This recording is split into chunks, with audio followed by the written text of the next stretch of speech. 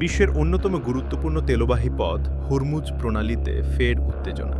কোনো সতর্কবার্তা ছাড়াই একটি ট্যাঙ্কারে অতর্কিত গুলিবর্ষণ করেছে ইরানের গানবোট।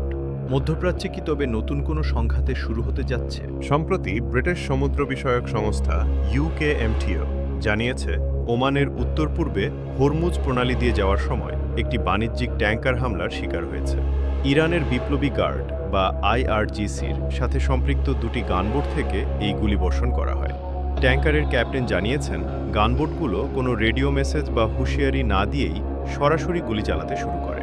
তবে স্বস্তির খবর হলো, গুলিতে জাহাজের কোনো ক্ষতি হয়নি এবং ক্রু সদস্যরা সবাই অক্ষত আছেন।